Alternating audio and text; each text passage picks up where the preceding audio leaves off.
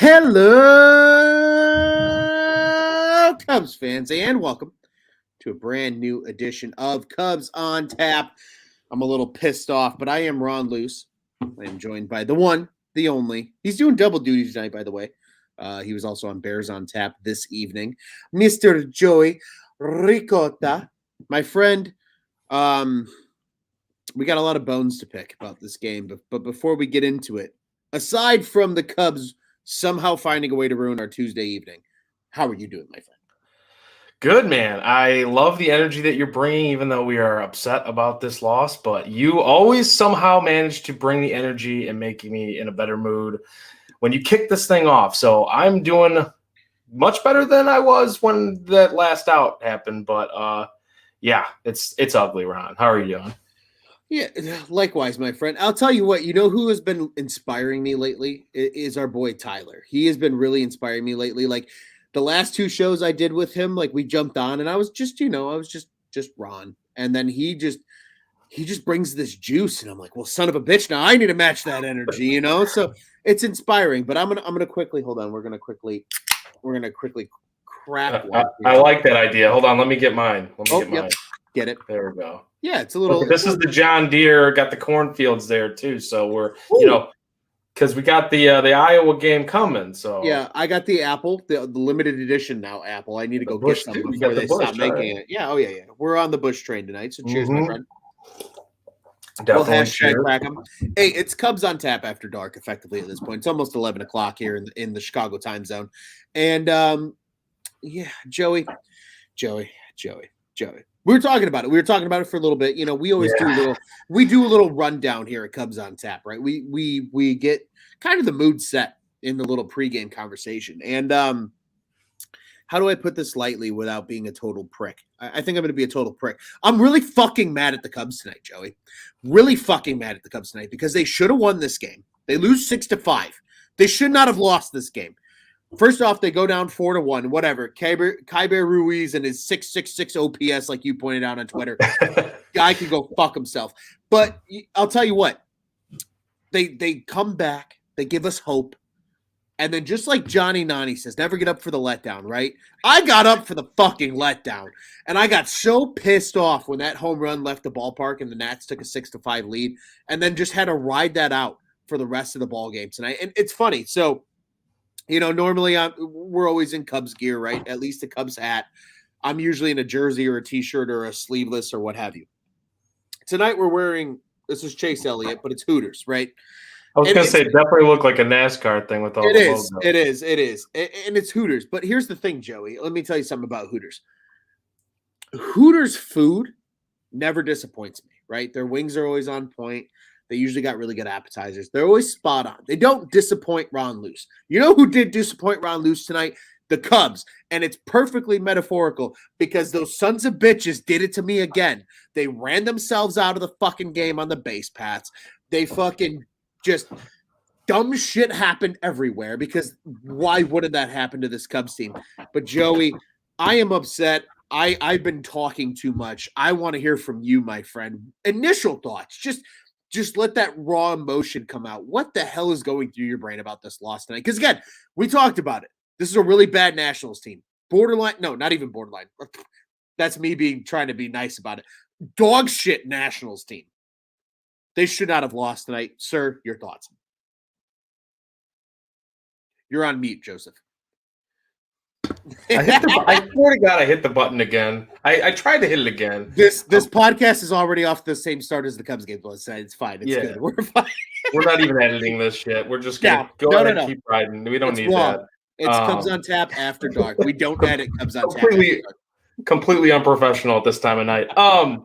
Yeah, Ron, this is like, dude, you were not talking too much. Let me just say that. You were not talking too much. You absolutely hit the nail on the head. It's frustrating, right? You get this team out there, and I was looking at the flags yesterday when I was at the game. Before the game, I pointed out to my sister because I wasn't sure she was quite aware. She's a Cubs fan, but she's not like hardcore, like follows, tracks everything like we are. She's not miserable like we are on a nightly basis, which good for her. I wish I could be like that some nights. Absolutely. She goes to the game with me, like if she goes with me and my dad, first of all, it's my dad's first game in literally years.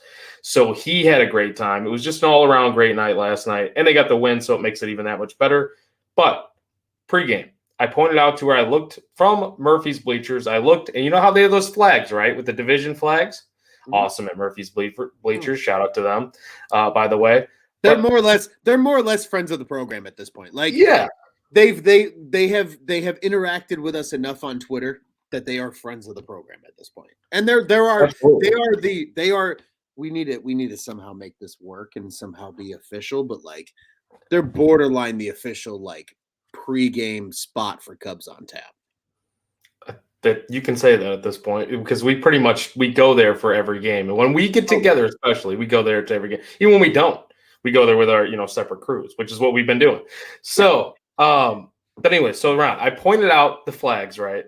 I said, look at, I go, Steph, this is, just going to throw her name out there. That's my sister. Looked at the flags, right? They got the division standings. That's how they align the flags. I go, look at that. I go, they have the Nationals and they have the Cubs, both at the bottom. I go, you know what that means? She goes, no. I go, that's where they're at in the standings. You got two last place teams playing each other. And I go, look at the crowd here. Like when we got in there, I go, look at the crowd. It's still, 31,000. Tonight it was like a lot more than that, I think, even maybe like 37, 38. 37 and change, I think. 37 and change. Yeah. But it's just the point of like, we and you were talking beforehand. No Juan Soto, no Josh Bell. They made more send-offs than the Cubs did, at least on their regular lineup-wise. Like, not their bullpen guys. More major moves, right? More major moves. More big moves, right? Regular everyday moves. And you got guys like Joey Meniscus, Joey Meneses, Joey Minus hitting home runs in back-to-back games. Like, dude, I swear, and it's just like a perfect metaphor of like Joey Minus. If Minus his home run yesterday, my parlay would have smashed. I would have won $1,300 on a same game parlay, but Joey Minus had to jack one out of the park. And then tonight, minus that home run, the Cubs win the game. But you hit the nail on the head. It's the mistakes. It's the base running miscues. It's all that. When you get 15 hits in a game and you only score 5 runs, you deserve to lose the game because you should put up more runs than that when you make that many base running mistakes and that many miscues like the Cubs have this season. I posed the question on Twitter. I said, is this the worst base running team in the league with the Cubs? And then there's people that are like, by far. And then somebody statistically pointed out to me like the Fangraphs link of like base running stats. And the Nationals are actually the worst team in the league by like a statistical thing. It's a slap in the face. That makes it even worse. It makes it even worse. I'm like, are you kidding me? You couldn't even out base run the worst base running team in the league, and you got beat by the worst base running team in the league at their worst part of, probably the worst part of their game. I don't know. There's other assets of the game that's horrible, but I mean, if you really want to dive deeper into it, it's frustrating. It's frustrating. It is frustrating. And you know what makes it even worse, Joey? And again, this is Cubs on Tap After Dark. So we're gonna get into the really nitty-gritty here of some of this shit. The Nationals scored 6 runs on 9 hits because that's really nice when you get that combination in order. But again, like you said, 5 runs on 15 fucking hits from the Cubs, and they couldn't get the job done. And I think that's what's most infuriating tonight. But hey, that 7th inning was cool, right? They singles, guys going first to third. That looked really good on the base paths, right? We like to see that kind of shit. And then they piss it away. They piss it away in the dumbest way physically fucking possible, with like Ortega being sent from third base when he with 1 out after that. Willie should not have been. What are you doing, man? What are you doing? I mean, like that's, and honestly, I put a little bit of that on Ortega too, because like he was sent, but he probably knows he's not going to score on that play, right? Speed wise, he probably knows he's not going to score on that play. Like you can hold yourself up. At the end of the day, it's on Willie, I'm sure, but like, it's frustrating, man. You're a big leaguer, and you probably should be. I had a similar situation happen to me, but I couldn't see the play in front of me. Like, that's just a rough play. That's one where you just absolutely just lose your mind over. Was that because you didn't wear your contacts, Joey, or was that just because you were disadvantaged? I'm always at a disadvantage. Yeah, I literally can't see anything. So it doesn't matter. It doesn't matter if like I think I can see and it's like a good decision or not. I will make the wrong decision because I can't see. That's right. So for context, for those that are listening that are like, what the fuck are these two idiots talking about? Joey and I were joking before the show that Joey's blind as a bat, and like when he plays baseball, he just swings at everything and prays to God he makes contact. So that's the joke. That just bear with us, folks. Again, it's Cubs on Tap after dark. We're having fun. Mm-hmm. We're trying to make light of a terrible situation because the Cubs should not have lost tonight, Joey. And let me explain why. Here's the thing. Listen to some of these numbers from the team as a whole, offensively, not even from a pitching standpoint, right? Stroh got a little beat up tonight, 4 earned runs from him tonight, but only 2 walks, 6 strikeouts. That's still cool and tough in 5 innings. Ullman looked really good in 2 innings tonight. That's great to see from him, especially after the last outing. And unfairly so, Leiter Jr., he gets the loss tonight. Really looked good outside of the one mistake that he made on the home run. But here we go. Ready? One hit from Ortega. We can send him to the moon. He was 1 for 5 tonight. But again, a hit with an RBI from Wilson Contreras, 2 hits from Ian Happ, 3 hits from Seiya Suzuki. Franmil Reyes came through with the big hit and went 1 for 4 on the evening. Horner had 2 hits. Wisdom even had a hit. McKinstry, who hasn't hit for fucking shit, had 3 hits tonight. And Christopher Morel had a hit and a run scored. Like, this offense did shit tonight. It was cool and tough, as we always say here at On Tap Sportsnet, right? That's what you like to see from your offense. But holy fuck, why couldn't you get it done on the base paths? Again, there are two clear plays that stand out in our brains tonight, right? Your Ortega send from third where he gets thrown out at home because that ball was way too shallow in center field. And then Seiya stealing in the 9th inning when, first off, no shot at Seiya. He's fast. Don't get me wrong. Mm-hmm. But homeboy got hurt on the same fucking type of play last time in Cincinnati. Don't do that shit with him anymore. He doesn't need to be running like that. Because you know what happened? Nelson Velasquez took a walk and you would have had runners on first and second instead of just on first base. And then who the fuck knows what happens? Same thing would happen with Ortega because he gets thrown out and then Seiya gets a base hit. You know what would have happened there? Seiya would have scored Ortega. And then all of a sudden, if they have that same fucking rally that they had in the 7th inning, the Cubs are in the lead by 2 runs. And then you know what happens? Even if the home run happens, you're only tied and you have a chance to still win the game, not playing from behind. So again, just dumb fucking errors from this team tonight because they put it up offensively, even with a very different looking lineup tonight. Obviously, Schwindel was sent down last night, really late. That kind of got buried in the news cycle because it was so late in the night. But Frank Schwindel's now at AAA Iowa.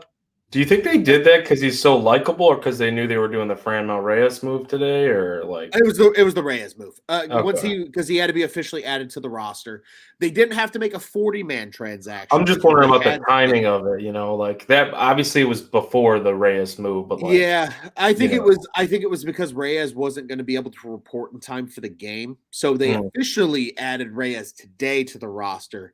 So they let Schwindel ride out on the roster last night just in case, somebody gets hurt or they need a guy.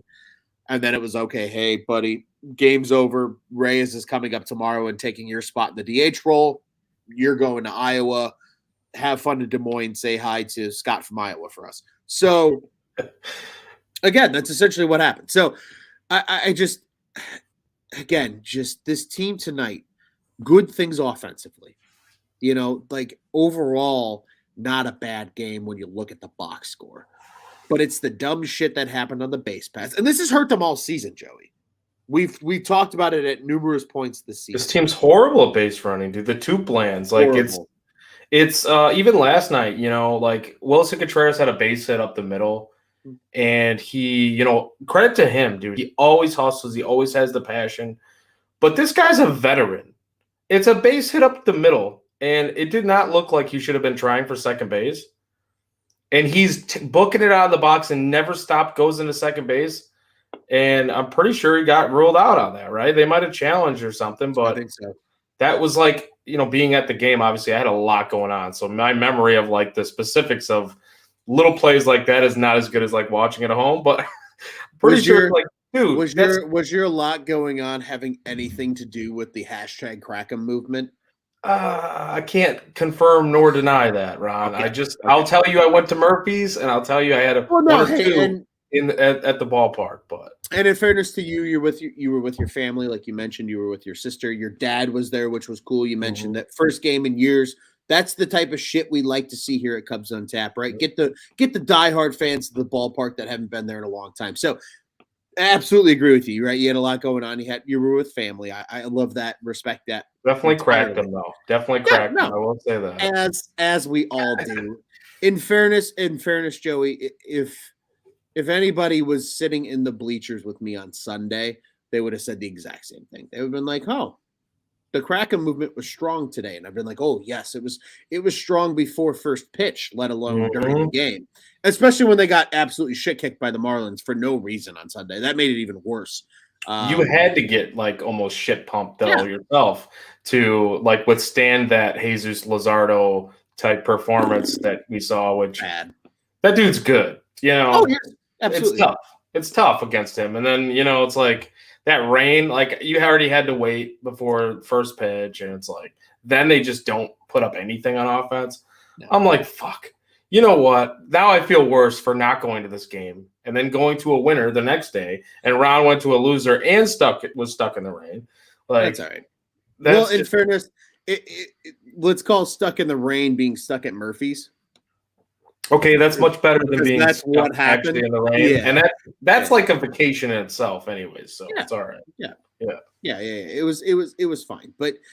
Again, I mean, Joey, here's the, you know what, here's the pissy part about tonight, right? Like Ian Happ had his 29th double of the season. That's super sexy.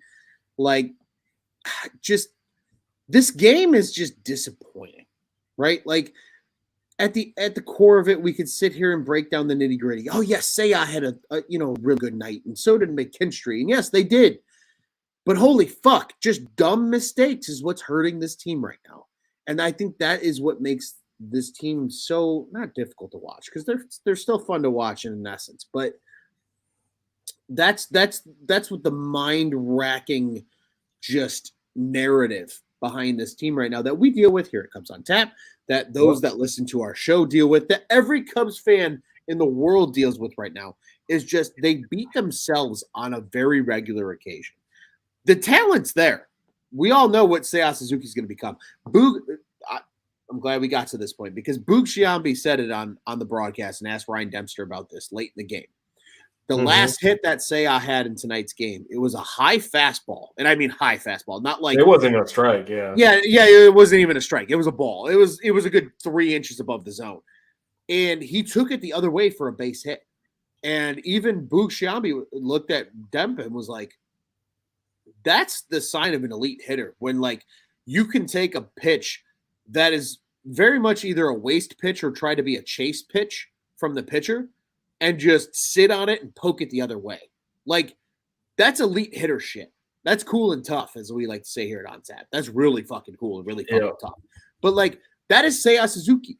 And as soon as he gets comfortable with being in North America in general, because let's be honest, Japan to North America is a huge culture change. And B, just adapting to the MLB game as a whole. Like next year, I admittedly feel very, and maybe this is a little segment here as our boy Brian cuts up clips at the end of the night here. I fully am confident that Seiya Suzuki is going to be a superstar next season. Once he is adapted to the MLB. We've seen the flashes this season, right? You saw the power tonight with that home run. That bitch got out. Like that was not a cheap shot. That thing went. He had 3 hits tonight. You saw the elite just ability to read the baseball coming into toward home plate that he had on that last hit where he took it to opposite field, where that ball was 3 inches above the zone. It was 100% not going to be a strike. Speaking of, the Cubs lost tonight's game on what was also not 100% a strike, but we'll get there in a second. It was close, though. But here's the problem, and that it felt like such a give me call. Wait, Ron, we're not going to skip ahead. Go finish your point on Seiya. Okay, all right. I will quickly finish my point. I think Seiya Suzuki is going to be an elite hitter. There's plenty of talent here, and I think that's what makes us more pissed about tonight's loss.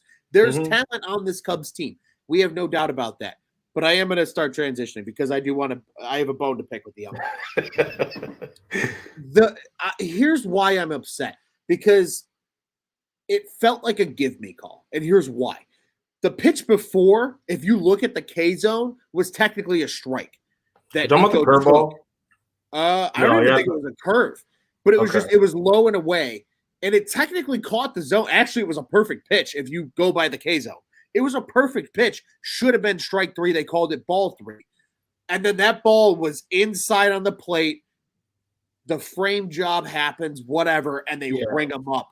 And I think that's why I'm a little salty, because it's like, oh, so you're trying to make up for your mistake on the next fucking pitch when it could decide the game. And that's the shit I hate. And I get it, right? I'm all about the human element. Tyler and I talked about – I'm almost knocking my mic over. Tyler and I talked about this on yesterday's show.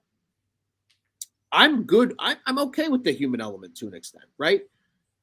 But you also don't need to be that human asshole who needs to make up for your mistake at the same time. Sometimes you can make a mistake, let it be, and just be better the next time out. That's okay. Don't let it decide a baseball game. And I think that's where I got upset, because that was not clearly every good umpire. That's coming out on the umpire scorecard on Twitter tomorrow as a ball. And it decided the game. And that's the shit I don't like about umpires. And that's why robo-umps is even a fucking conversation. So I don't like the fact that it decided the game at all. I don't like the fact that what I don't like. And makeup calls are, I cannot stand anytime there's a makeup call. You see it in football, you see it in, whatever sport you're looking at, right? You see it in hockey. Pass interference is consistent in football as a makeup call. It's always a makeup call on the other side, right? And it might not even be the guy barely even touched him, and probably the receiver actually forced the contact, and they're going to call it on the defender, right? Like, you see it all the time. And I hate that it decided the game, because at the end of the day, it's like nobody wants to end a baseball game. I feel for the fans in attendance mostly, because it's like, what a shitty way to game.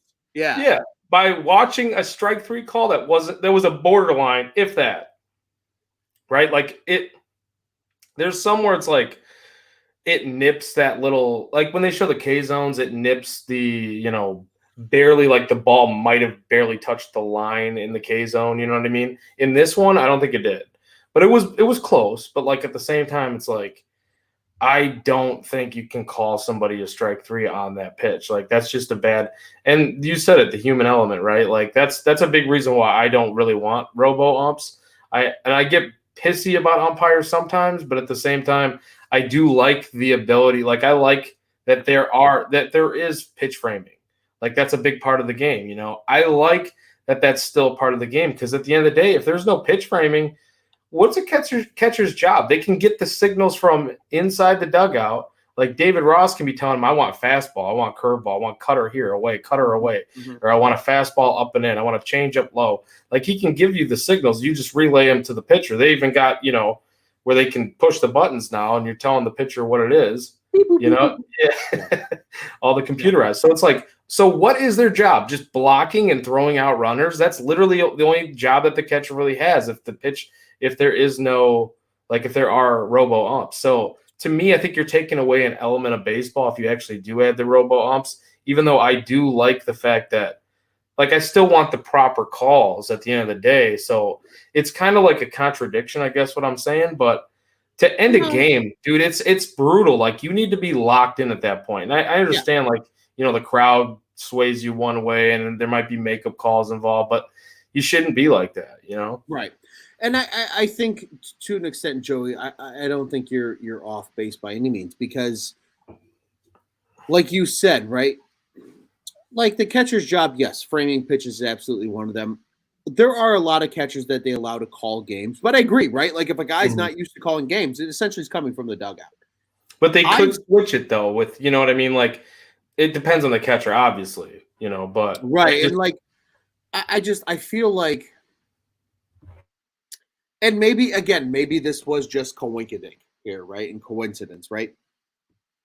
Overall, if that was a makeup call, that's a shitty time to make it. If it wasn't a makeup call and he truly thought it was strike, okay, I will at least accept that because, right, that's the human error aspect of it, right? Like that is the, okay, hey, the catcher just did a really good job framing the pitch. And if that's the case, cool. I'm going to accept that explanation. I guess, and that's almost why I would love to hear from like umpires after a game. You know what I mean? Like in that situation. Yeah, put them on a mic. Yeah. Yeah, just like, hey, I don't even need you to be like taking questions from a reporter. I just want you to like explain what happened and like what your thought process was.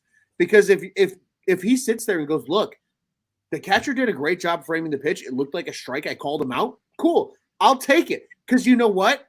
I'll give credit where credit was due. It was a good frame job. It was a really good frame Care job. Bear Ruiz. Yeah, like it really, yeah, it is 666. He had a good game too. I know. Gross. But motherfucker like, cracked some. He was hitting today too. Yeah, and like, so I can respect that, and I think it's just, and maybe that again, maybe that's a part of baseball that they adapt to, right? Like we sit here, we've talked about it on Cubs on Tap about the idea of having guys like Theo in the front office and revolutionizing baseball. You want to revolutionize baseball? Give the fan an insight to what the umpire was thinking in an event like that. Like, do you remember the call? And maybe you don't, but like, this is probably circa 2011, maybe. Ben Zobrist was with the Tampa Bay Rays and literally got called out on a strike 3 call. I kid you not, where the ball was in the other batter's box by an umpire to end a ball game against. I don't remember that, but wow. Against the Texas Rangers, and I'm sure somebody can find it on YouTube for me if they really wanted to. And I remember sitting there going, "Are you fucking kidding me? That was one of the worst calls I've ever seen in my entire life." But that is a moment where, again, you don't need somebody asking him questions.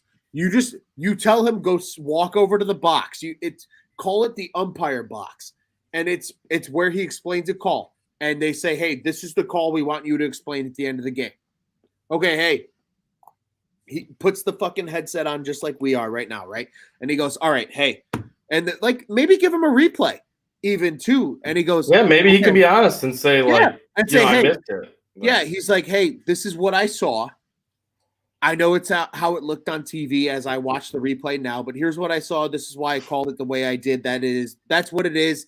Yeah, I don't feel great about it, but that's the end of the game. You know how revolutionary that would be for baseball? Do you honestly know how that probably would make it very popular amongst like more people for baseball? People would have way more respect, at least for the umpires, if nothing else. Because people love transparency, right? Like, look at just Cubs Twitter. We'll even narrow this thing down into a microscope here.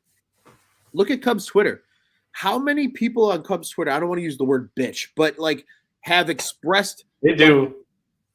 But even have expressed the lack of transparency with Jed at the helm versus Theo, right? Transparency is something people respect because it's just honesty, right? Like, I literally just got into an argument with, I'm not going to name said person, but like literally got into this argument with a friend today because over the weekend they said a lie and they just lied.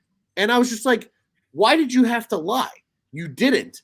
I don't care. It's just the fact that you felt like you had to lie, right? Like people appreciate honesty. That's all it is. If an umpire went up and was like, hey, you know what? I saw this, but watching it back again, I fucked up. I have 9,000% more respect for that umpire. And I'm not even going to question him anymore because he's like, I admit my mistake. It is what it is. Okay.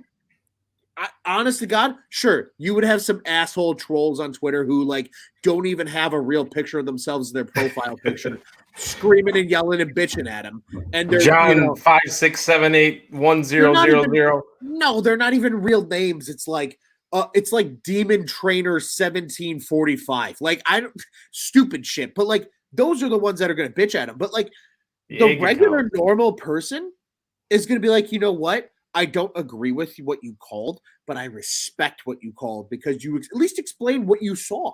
And again, the transparency of the game. And this is why I think looking a little ahead here, and we're going to get to this here in a few minutes, obviously, as we preview tomorrow's game. Field of Dreams game is on Thursday. Two-way mics are being put on Joey Votto, electricity, and Ian Happ, also electricity. Both are going to be awesome. Do you understand how good that is for baseball? Do that with umpires. Do that with players on a more regular basis. Our owner and founder of On Tap, Mr. Tony Marchese, has said it on Twitter, and I've talked to him about it just separately, of, hey, MLB, every single game, mic up more than one player and ask people to pay extra for it. Mm-hmm. You know how much people would pay for that because they love it? Every psychopathic baseball fan like you and I would pay for that shit. Because that's awesome, because people love transparency. People love seeing into what is reality for these guys, right? Because, like, nobody likes just seeing, the fake persona, right, that these guys have. Right. Show us what is real. You know how exciting that is? I want to hear what Christopher Morel is saying when he's yelling and swinging a towel around in the dugout, the top of the dugout, or whatever. Like, he's doing. I hope. Horner. Yeah, and you know what? I hope he's speaking Spanish, and in the same breath, I hope he's swearing in Spanish. Because guess what? If I can get closed captioning on the fucking podcast, I'm copy pasting that shit and throwing it in Google Translate. Like, that's okay. But again, it's the transparency. Baseball would thrive with transparency. And that goes as far with the umpires as well. And I think I love how we've sidetracked so far into this great conversation. I do have a final point on this too, Ron. So do not transition. But go ahead. No. I will let you finish up on that. But I think it's so awesome that we got to that point because, again, a call at the end of the game like that can dictate the game that probably shouldn't have been what it was. Is a moment I would love to hear what the umpire had to say. And that's my wrap-up thought on it. I think it's something that a lot of fans can get behind. Again, in a game that is considered dying to a lot of people in America, in that being baseball, give more transparency, because I can promise you right now, if you're the first league to give that level of transparency, that's going to help the brand. And I think that's something super important. And Joey, I will turn it back over to you, my friend. Thoughts to wrap it up here, and then we'll get some final thoughts from tonight's game before we look ahead to tomorrow. But the floor is yours, my friend. I love that point. And I mean, like, dude, you know how much money I would pay for, like you said, Votto and like Alek Manoah from the All-Star game and Liam Hendricks and like. Yeah. Hey, John, what do you want? Back foot slider. Oh, you're sexy. All right, here we go. That clip alone is worth $35, in my opinion, a month. Easy. And he was like, "What? Didn't he like say something after that too? Like, oh damn it, why did I do that or something?" Like, I don't know what he said. Oh, I hit him, and then like they tried to blame it on Schmaltzy, and he's like, no. He's like, you put it perfectly. It's like, yeah, you're right, I did, and again, but that's electric. Like this year's All-Star game.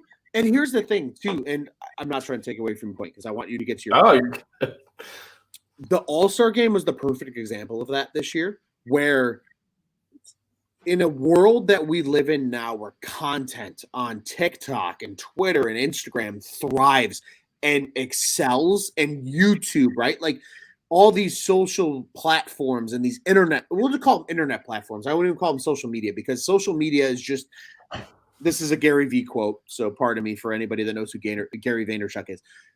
Social media is just a way of defining what the internet is today. Today's internet, that thrives, right? Like that kind of clips and sound bites and shit like that thrives. Alek Manoah was a fucking an MLB TikTok just star for like a week after the All-Star game because of those clips. I have it in my YouTube recent history because I think it's fucking electric listening to him pitch. I became a fan of him just listening to him pitch. MLB I remember we were talking. Yes. We were talking at the deadline. You're like, is there any way? I was like, God forbid Ian Happ goes to Toronto. How do we get Alek Manoah back to Chicago? I literally said that. And you were like, he's untouchable. I was like, I know he is, but like, I'm still going to hold out hope. But again, you become fans of these guys when you get to know them as players because you hear them on the field. Absolutely. Same thing with umpires. Mic everybody up, Start making transparency a fucking thing. And I promise you right now, MLB, baseball is going to thrive. You have a problem with that and you need help with that, hire the Cubs on Tap crew and we will get it going for you. Because son of a bitch, content is king right now. And baseball has plenty of it. They just don't utilize it. Joey, finish off our point, my friend. I don't want to cut you off.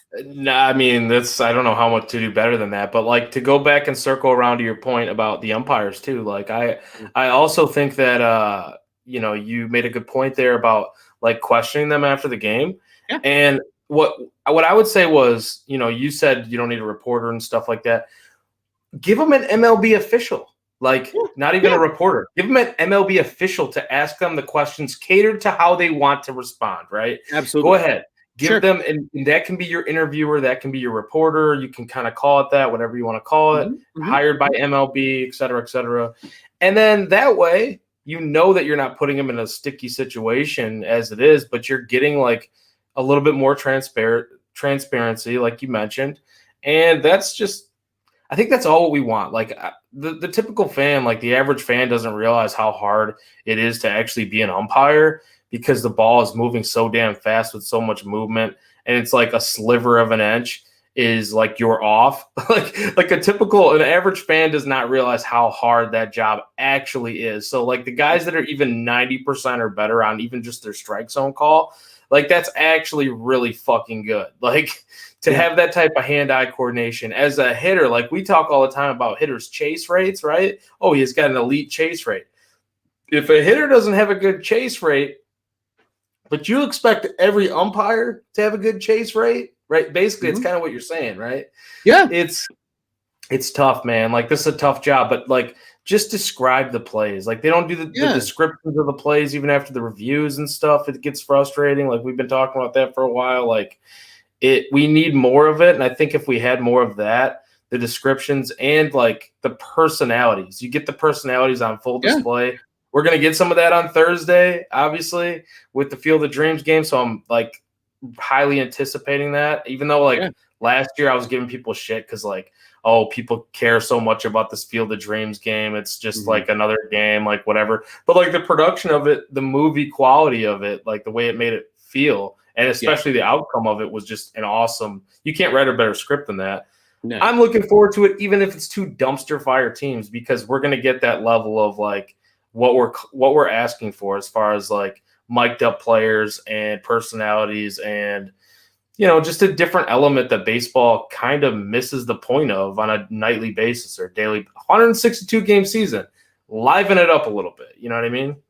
You get a lot of content over 162 games, which takes like 225 days or some shit like that. Like that's a lot of content that you are missing out on as a brand, right? Because like, again, yes, they're a league, but you at the same time are a brand. You are the brand of Major League Baseball. Just make it work. Make it happen. And to your point, my friend, like I feel like the first league that gave that insight was the XFL, right? Before obviously they folded and now they're being rebooted because The Rock owns them, whatever. But they did that. They mic'd up refs during reviews.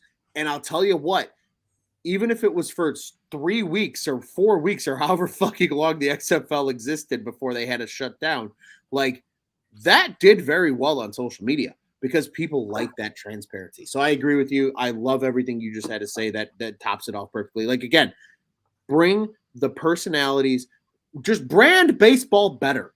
And I'll tell you what, miking up umps and having them explain calls, players being mic'd up on a regular basis that people can pay extra for, that will help baseball thrive, and it will be just so good for the game. So I'm absolutely there with you. My friend, despite a shitty Cubs game, we somehow still got a great conversation out of this whole thing. So I do want to turn. This kind of turned into like from Cubs on tap to MLB on tap, but like a little bit. It was worth it. This is a good conversation to have. I feel like this is something that we don't do a lot of. Is like talk just general baseball, and when we do though, it's like great discussion. So I love this. Always electricity, because when we are good and being transparent, the MLB should be as well. Joey, I'm going to turn it back over to you really quick because I want you to share any final thoughts that you might have from tonight's 6-5 loss. Just anything maybe we haven't touched on or something you want to rehash, whatever. The floor is yours, my friend. Thoughts from tonight's loss? Yeah, I mean, like, I guess the takeaway for me is like they hit the ball tonight a lot. Like that's the one positive that, although, and you mentioned it earlier, you ran off the stat lines there, the box score, but it's like, the Franimal, he got an RBI single. He went first to third. Like the Franimal was just in like full effect there. I know it was just like one hit, but like it's cool to see him. Animal. I love that. I love that shit. That's amazing. You have to. Zach McKinstry looks like Mitch Williams out there with his haircut and the sunglasses. 1989, 1990s Cubs closer, which was pitching like the year I was born. I was going to say, Google him for anybody that doesn't know who Mitch Williams is. But I know exactly what you're talking about. Yes, hysterical. Absolutely I caught one clip of him, like, with like the zoom in when he was maybe coming off the bases, and he had like the glasses and the like longer hair. It wasn't quite as long as maybe Mitch Williams, as Ron does the the sign language for glasses on. I don't even think that's a sign language. Whatever. I don't think it is either. But it's the flip the hands upside down beer goggles look that everybody knows all too well. He looked like that's just what it reminded me of. And like, dude, somehow it just amazes me when I think of Mitch Williams. He had like a career 7 walks per 9 and somehow made an all-star game in a Cubs uniform. Just can't make that stuff up there. He was like Carlos Marmol, but worse before Carlos Marmol. If anybody remembers him, obviously, if you've been a Cubs fan for longer than, I don't know, 2015, you probably remember him. one of the best sliders when he could actually control it. Yeah, he did. He had some nasty stuff. He absolutely did. And but when he could control it, Joey, he would walk himself into danger and have some outings that you're like, dude, this guy is the worst pitcher of all time. And I remember I was delivering a lot back then, delivering pizzas, and I delivered to somebody, and Marmol had just pitched, and they were like, they're big Cubs fans. I already knew that. Like going to their house, I'm like, oh, did you see the Cubs game? Like, oh, that Carlos Marmol sucks. He's the worst pitcher of all time. And I'm like, that Carlos Marmol guy fucking sucks. Yeah. Some Chicago. Super, like Chicago and like calling into the score and bitching and like, but they were bitching to me and like I was their score lifeline at the time. But no, man. So I guess the good thing was we hit. The Cubs hit. I shouldn't say we didn't do anything wrong, but they hit. And Nelly V, I didn't like the fact that he wasn't in the lineup. I'll just be honest with you. That was one thing I didn't like coming into tonight's game, which, he ended up getting in there and getting a walk too. I think he pinch ran for the Franimal at one point. And then he did get a walk there towards the end or the last inning, which was nice to see. But dude, first 3-hit game of your career, you hit a home run, which was awesome. I was in attendance for. And quick little side note here. I was running up the stairs from I just pissed. Worst time to pee. Don't ever go pee when the Cubs are about to hit if you're at Wrigley at a game. No, don't go when they're about to go when they're pitching. Absolutely, because if you miss a home run on that side, you will not give a shit. I missed a home run from Nelly V, but at least I ran up the stairs and I saw the replay of it. I saw the crowd going crazy at the time. Like I heard the connection. It's just like, dude, let Nelly V swim. I've been saying this all year. And you are the leader of the Nelly swim movement, and you weren't there to see Nelly V swim, my guy. I know. I will never let myself live that one down. So I need to be in attendance for another Nelly V swim moment where he absolutely like launches one and sends it into the abyss, sends it into the Atlantic Ocean or Lake Michigan for that matter. Who cares? That's a little closer. We're going to hit a Cubs on Tap crew game here soon, and hopefully Nelly V will be in the damn lineup, and we'll launch another one. Absolutely. I completely agree with you there. Yeah, I think tonight's giveaway, like you said, they hit, and it's cool to see. And I love Franmil Reyes getting in and actually doing something after what's been kind of an atrocious season for him in terms of like compared to the rest of his career. Seiya getting right tonight is cool and tough. Ian Happ having a good night as well. McKinstry finally fucking hitting is so good for him. He needs that. Horner just continuing to be Horner. Christopher Morel getting right too. And I think, that's kind of my final thought, right? Is the 9 spot does Morel well. It like almost resets him a little bit. I was talking with Tyler about this on yesterday's show. Like you keep him there for a few games, he hits pretty well. Then you put him back wherever you want to put him, and he continues to do it. It's like the 9 spot is his reset spot. You know what I mean? Like he does better down there. There's less pressure, whatever it is, and he continues to hit. And I'll tell you what, Christopher Morel has 3 hits since crossing paths with Ron Luce. So just saying, things are going well. And Joey, I know you saw it, but I did it. I bought the Morel jersey. I'm very happy about it. It will be used at the ballpark at least more than once this year because I have 3 games on tap here in the month of August, like all within literally a week of each other. So I will be at the ballpark a lot come the end of the month here. I'm very excited about. But that's kind of my final thought. Christopher Morel keeps hitting. Hopefully this team just keeps hitting, like you said as well. And yes, tough last night, but son of a bitch, take it into tomorrow, and maybe good things happen. You still win a series, and that's 2 series wins in a row against teams that you absolutely should beat. So that is my final thoughts for this one. But Joey, we will go ahead and look forward to tomorrow because we are just 1 game between now and the Field of Dreams game. I think everybody's pretty excited about that. Obviously, the sweet uniforms were debuted or unveiled, I guess, for lack of a better term. I don't like them, Ron. No. Oh, okay. Spill the beans, Joey. Why don't you like the uniforms? I heard you guys talking about this the other day, and I don't know, man. They look too much like they're too close to what the Reds have, number 1, and number 2, they're too much Chicago Bears for me. And obviously I'm a Bears fan, but like the logo itself looks like Bears and not Cubs. So to me, I'm like, oh no, like that can't be the crossover here is like, and I actually have a shirt that's like has the different uniforms on them. Mm-hmm. I would have preferred, if we're talking like old school era Cubs jerseys, I would have preferred the 1908 jerseys as opposed to what were these? The 1927 or something? Yeah, like 1927, 1929, like 1930 uniforms. Yeah. Yeah, I like the hats. I'm not gonna lie, I like the hats a lot. The actual jersey itself. I bought a hat. I love the hat. Yeah. The hats are fucking dope. I'm not gonna lie. The jersey, just the shirt part, the jersey, I don't. And I know everybody loves them, so that's like a super hot take here. But like, I don't know. I see everybody likes it, and I'm like, fuck, I do not like these pukey looking. Maybe they'll look different on TV though. That's the one thing. Maybe they look different than how they look just from the picture. But the picture, I'm like, yeah, I think they could have done. They could have picked just a little bit better than what they did.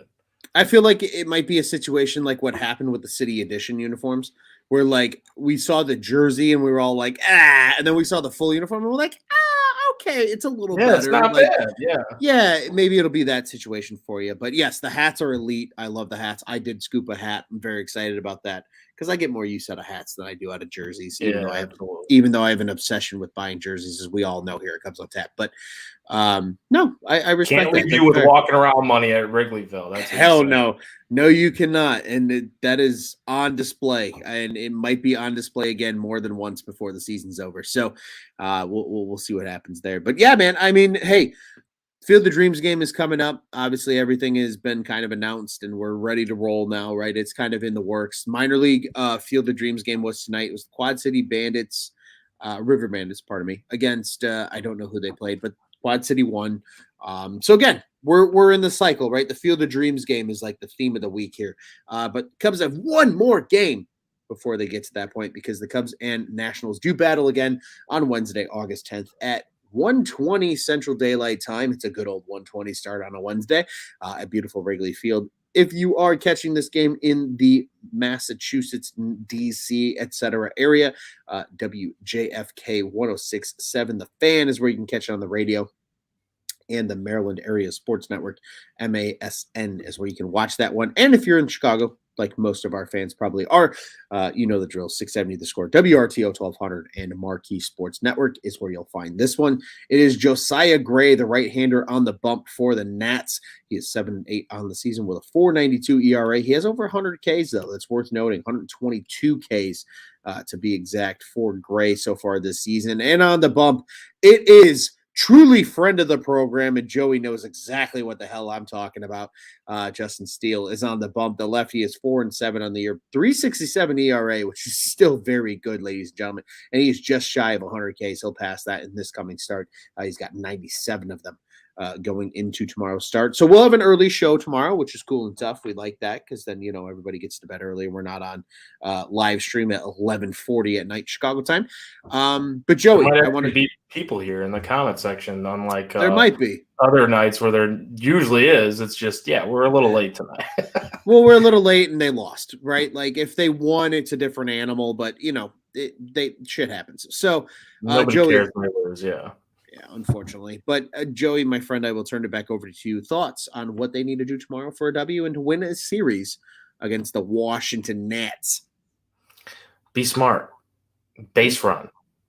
Like you can get on base all you want. If you can't be smart on the bases, it's like you just shoot yourselves in the foot, and I can't stand it, man. It's just like every night it seems like every game there's at least one mistake or almost mistake where you're like, you got lucky. Like let's just not do that. And Justin Steele, man, like he had the strikeout stuff working last time, and he kind of he's had a really good season, obviously, this year.